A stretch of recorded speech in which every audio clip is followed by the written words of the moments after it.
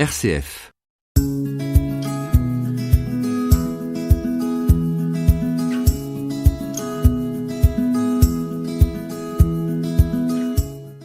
Nous vous proposons de partir à la rencontre d'un homme engagé dans la lutte contre la pauvreté dans son pays.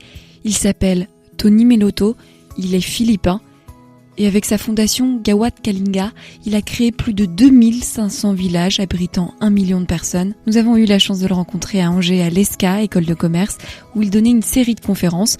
Son objectif, sortir 5 millions de familles de la pauvreté d'ici 2024 grâce à l'entrepreneuriat social. Vous étiez dans le marketing, qu'est-ce qui vous a amené à changer de vie ?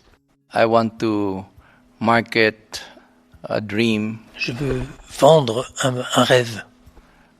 To build a kinder and safer world. Construire un monde plus gentil, meilleur et plus sécurisé. Where no one is an enemy. Où personne n'est un ennemi ou une victime. Je crois justement que vous avez une devise. Well, it's just less for self, more for others, enough for all. In a world that has, moins pour moi, plus pour les autres, assez pour tout le monde, pour construire un monde où il y a un meilleur partage et une meilleure amitié entre les hommes. Alors vous avez créé en 2003 la fondation Gawad Kalinga. Est-ce que ces mots, Gawad Kalinga, ont une signification ? I launched it globally as a humanitarian organization. Donc j'ai créé l'organisation internationale Gawad Kalinga en 2003. Donc Gawad Kalinga veut dire prendre soin, comme une mère prendrait soin de son enfant. Gawad Kalinga is to give care like a mother would give care to her child. Comment a débuté toute cette expérience ? Comment est née cette ONG ? I started the NGO as a social experiment. Donc j'ai commencé ce projet comme une expérience sociale dans le plus grand bidonville des Philippines.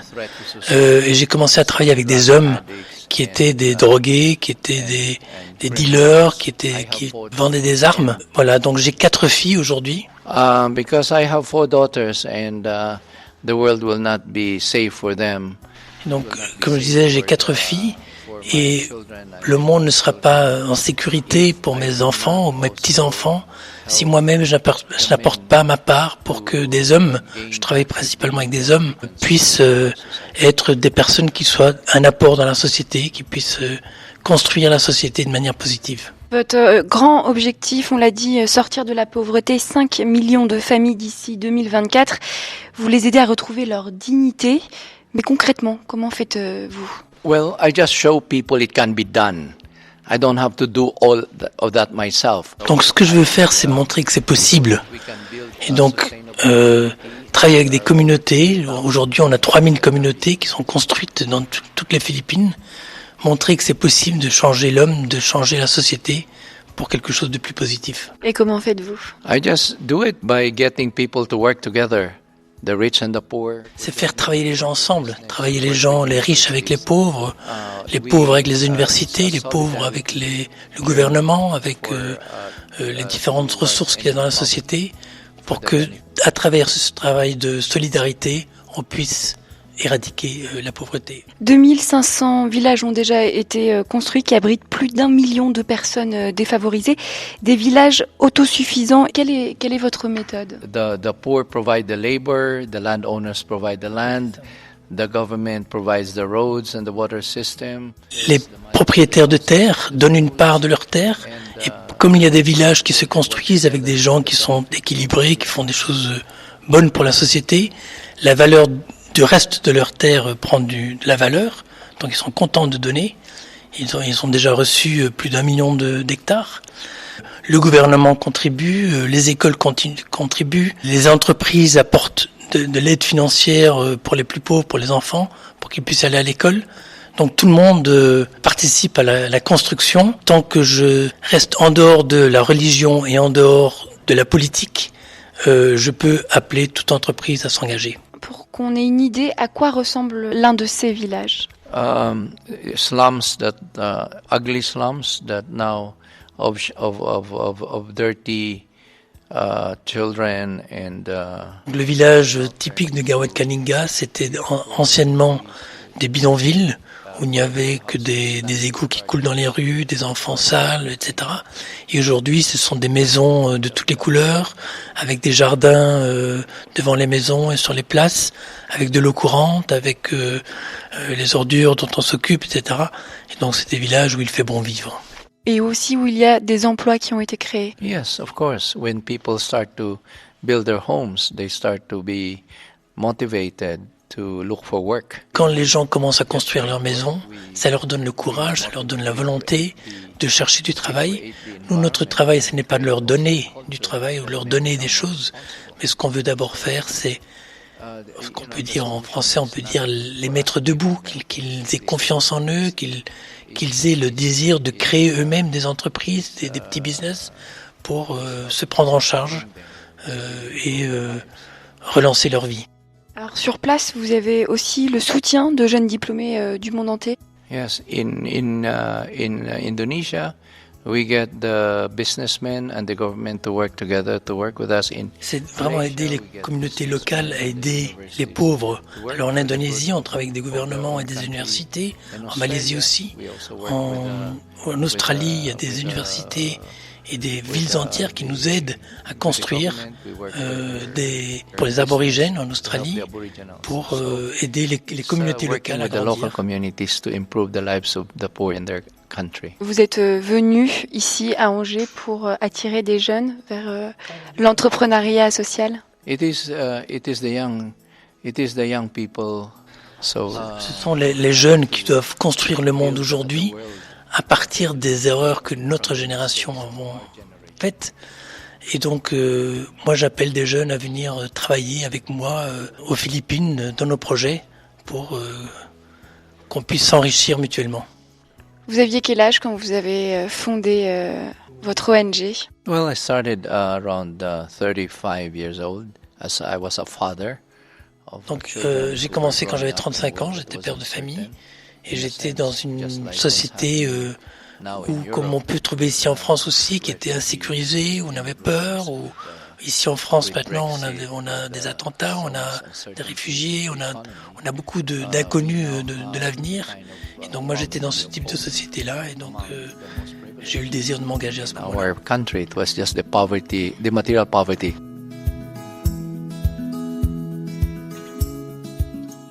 Tony Meloto est originaire des Philippines. Il veut éradiquer la pauvreté dans son pays. Nous l'avons rencontré à l'ESCA à Angers où il donnait une conférence. Tony Meloto a créé la fondation Gawat Kalinga qui réunit notamment les entrepreneurs sociaux et les communautés pauvres. Ensemble, ils construisent des villages qui hébergent les plus démunis.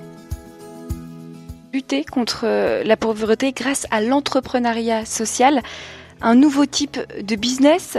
Comment définissez-vous l'entrepreneuriat social? Well, I want to raise Donc je veux former des jeunes entrepreneurs sociaux qui peuvent répondre à des besoins de la pauvreté. will also address poverty. Les jeunes doivent créer de la richesse, mais de la richesse qui ne créera pas de la pauvreté. Et donc les jeunes ont cette ressource pour pouvoir créer de la richesse qui profitera aux plus pauvres pour pouvoir éradiquer la pauvreté et la misère. Does not perpetuate poverty, and it is social entrepreneurship that will create wealth for the benefit of everyone, that will not leave the poor behind. Est-ce que c'est un modèle qui pourrait s'appliquer à toutes les entreprises? No, we can't, because we cannot change how the multinationals will behave. Nous ne pouvons pas changer les multinationales. Par contre, nous pouvons créer des nouveaux produits, des nouvelles entreprises qui sont durables, qui sont bio, qui amènent des nouveaux marchés et qui peuvent créer une nouvelle dynamique dans notre monde aujourd'hui. That will have a bigger social purpose.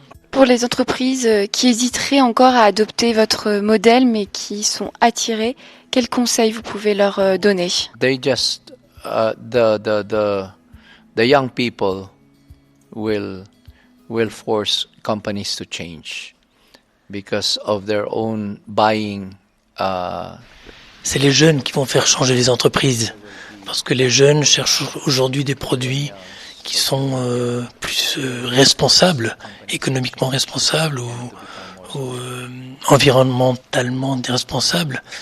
Et donc, c'est les jeunes qui vont faire changer les entreprises pour qu'ils soient plus ouverts aux dimensions sociales.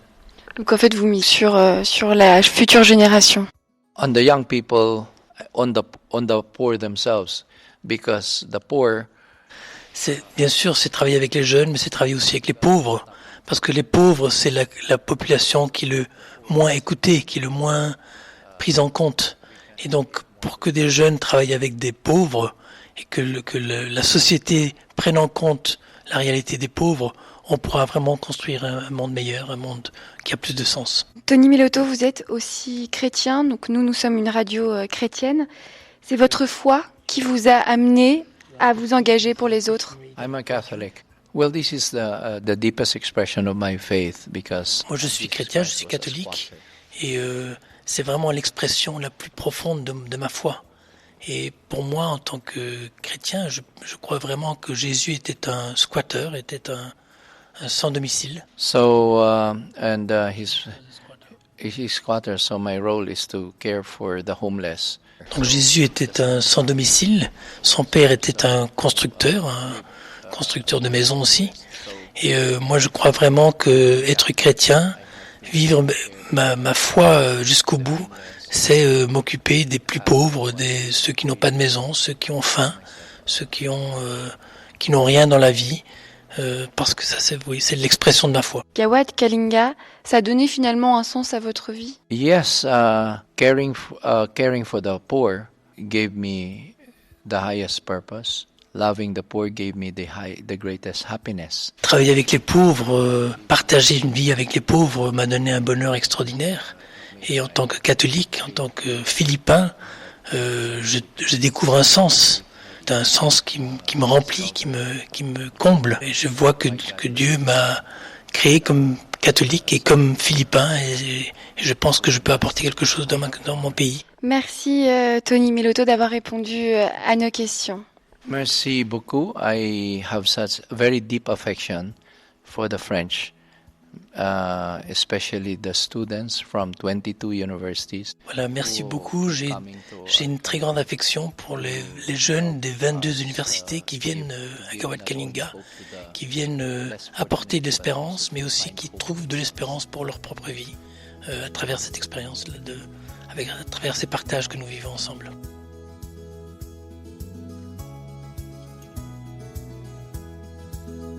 Et c'est la fin de cet entretien. Pour connaître toutes les actions de la Fondation Gawad Kalinga, rendez-vous sur leur site internet gk-europe.org. Nous remercions bien sûr Tony Melotto pour ce témoignage poignant, mais aussi Michael Smith pour la traduction. Bonne soirée à tous à l'écoute de RCF.